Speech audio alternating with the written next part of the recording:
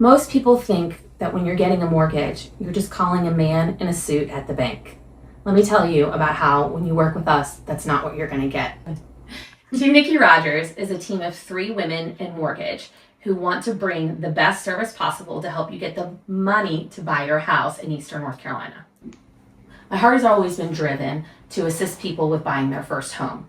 But really what it comes down to is legacy. So I tend to draw in the clients that do not understand credit, do not understand what buying can do for them. And so I start with them to help them get their first home, help them get into a place that they can purchase, because anybody can purchase, they just need the right tools to do it. And then it just repeats. And so I get to see them be the move-up buyer, and then I get to see them downsize. And then I get them when they call because they're retiring. And so what started out as a passion in financial literacy, specifically credit and knowledge about that so that people can buy their first home, has really turned into this thing of providing a financial tool to build equity and create a legacy and really financially put people in really good financial pictures by the time they get to retirement. If you want to buy a house, we will help you. You want a house? Call us. Passion is for everyone to own a piece of the land. When I got back into mortgage in 2012, my sole goal was to change the way people think about it. My mom was a single mom, and she worked 3 jobs, and her day job was she got a job at a broker as a receptionist. And she quickly went from there she realized she liked it. So she actually went to processing, like immediately, and then went to underwriting, which is the person who makes decisions. But long story short, that was in the time when there was a major boom. It was before '06. And so I just have memories of sitting under her desk doing my math homework as she's talking about credit reports. And so it just was always around it, always hearing about credit report and lending and statements and houses, and that's how I got into it, mostly to put myself through college. And then I started working immediately at Option 1 Mortgage Corporation, which was a subprime lender back in the day. I never thought I was actually going to be in mortgage. My parents did not want me to be in mortgage at all. My finance degree that I had, I went into investments, hated it. Really good at the execution, hated feeling like I was responsible for millions of dollars. And so essentially I just got tired. I just always came back to it. I love it. I really do. Okay, this is the turning point that I really stayed in mortgage and wanted to do something about it. So I mentioned that I was working for a subprime lender, and my mom was in the mortgage industry, and '06 happened. And then '06, '07, '08 was really tough. I was at the end of college, and I watched my parents lose almost everything. Short sold their beach house, foreclosed in the house that I grew up in. I mean, right in town. I grew up in a neighborhood that was backed up to the high school, and there is a foreclosure on the front door. So I lived that, and I know what that's like to feel that embarrassment of it, and watching my mom just be devastated.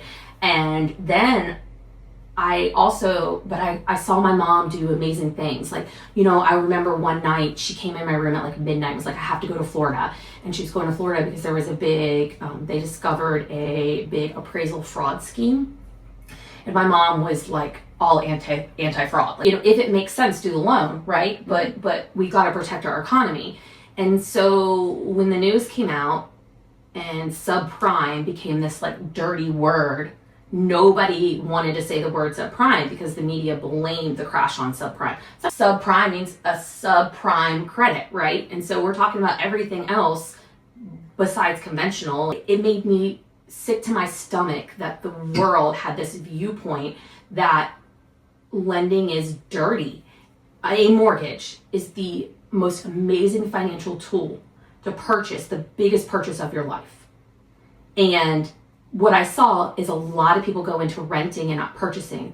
And when you see that, I saw the community kind of come down because you treat your property better than you treat someone else's. So what I saw is a complete blame on an entire industry which some of it was fair, but all it did is create this negative connotation around getting a mortgage. I want to do what I do best and find people that complement me. So that's this triangle essentially that we've created. Is I need women around me to give me grace for when I'm having a woman moment. So it just organically became a woman team. So something that's really unique to our team is that our processor is a licensed mortgage banker also, meaning she is fully licensed to take loan applications, but she also processes from the beginning to the end. That is extremely rare. From the beginning to the end, you just have one person, and she's in the office, and that person is Avery. Hello. I think what's cool about our team is that you meet me from the very beginning. So oftentimes in the process, and even before we got to this piece of the puzzle, like when I first started, like I just had the upfront part of it, and then once you got under contract and you were buying a house, you get passed off to another person, a processor. And so halfway through you buying a home, you're meeting a whole new person. And so And you're not really meeting them, right? No, you're not actually really meeting them. Like they could, our favorite processor was in South Dakota, like have never met her before, fantastic, but like you don't meet that person. And so you're having to build another level of trust. And even then, like I said, as great as they can be, they're still coming back to me. They're still coming back to Nikki. And so you really, from the beginning, have the same three people that you're talking to. And so it's a layer of comfort in something that is so big and so unknown. My day-to-day is the same, but not everybody's financial picture is the same. So while every day I wake up and I know that I'm going to do the same thing, unless your financial picture is 100% like your mom's, brother's, dad's, cousins, your process and your loan type is going to be very different. So I like that you trust us with something so big to walk you through it and explain it. So I know what my day entails, but also like it's different because a VA loan is going to be different than a first-time home buyer, than somebody with retirement income, than somebody with credit repair. So I'm getting to help all these people in a different way. And while there are things that can happen that will halt the process or may set you back, we're truly here to not allow that to happen. Like if we can catch it before it happens, like my whole job is to see what problems can happen and then have a backup plan for it and avoid it happening. If your driver's license is expired, you are not buying a house until you fix that thing. So then you got to go to the DMV and buy a house. Exactly. That's why we wanted in the beginning. But also, like, if there's a problem, we're going to fix it and have solutions before you even know that there's a problem. So it'll be like, hey, there's a problem, but you can do X, Y, and Z to fix it. It's not going to be you're not buying a house. It's just how you're going to buy a house or when you're going to buy a house. Yeah. We don't Venmo you $400,000 to buy the house. The money goes to the attorney.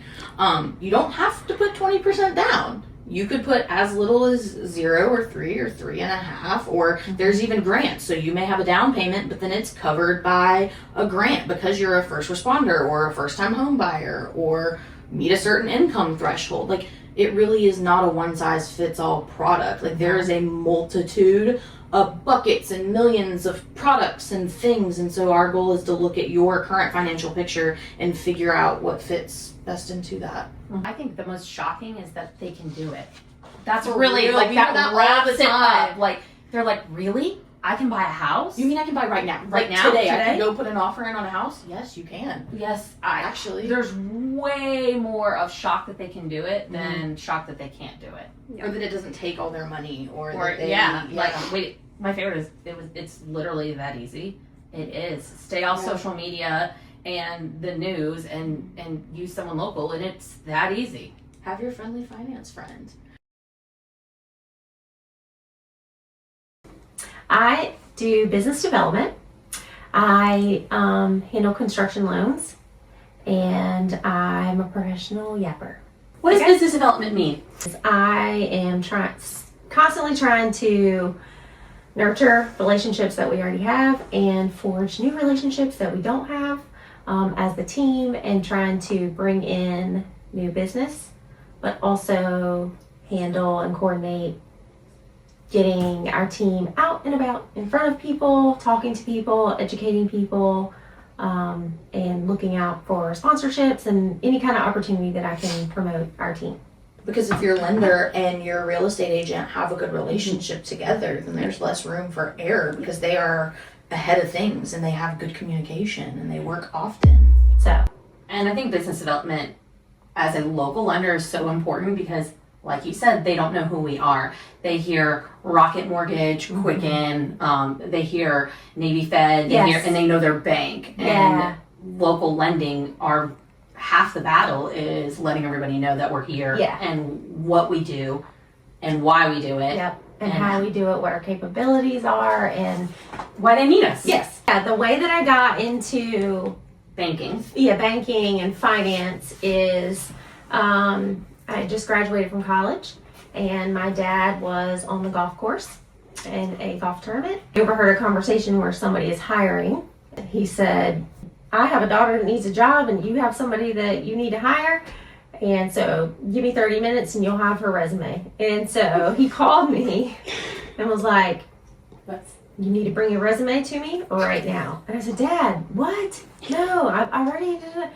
And he was like, no. I'm going to be horses. You need a job? I'm going to be here in 45 minutes. So I stopped what I was doing, brought him the resume, and went on an interview, and the rest is history. Just construction lending, or I guess construction in general, was just kind of, I always say, like the background music that I grew up to, because my mom was a real estate agent, my dad was a builder, my stepdad was a builder, and so it was just a lot of appraisals and cost to build and things like that. And I just in the summers would literally work on the job site or work in the office, or like that's how, so I was just always around it and had a unique perspective to know what the builders needed, like in a lender, because they don't always think of how they can partner with a lender, and that will make everything go so much smoothly. They just kind of stay out of that. But once I was able to let the builders know and see how I could help them, then it just was a natural fit. And so part of the mission was to create a level of service that gave mortgage a good name again, right? You came May 21, May of 2021. Uh-huh. So it'll be 5 years. Yeah. Mm-hmm. Also, they're really good loans. Like, people buy and sell houses, but when they sit down to build a house, like, they're, they might pay it down, they might pay it off, but like they're planning to keep the house. Like, I'm not dealing with people that are wanting to flip a house or sell a house or make money on the house. This is like their forever house. So it's really cool, all the bells and whistles that some people will put into their homes, and it's really cool.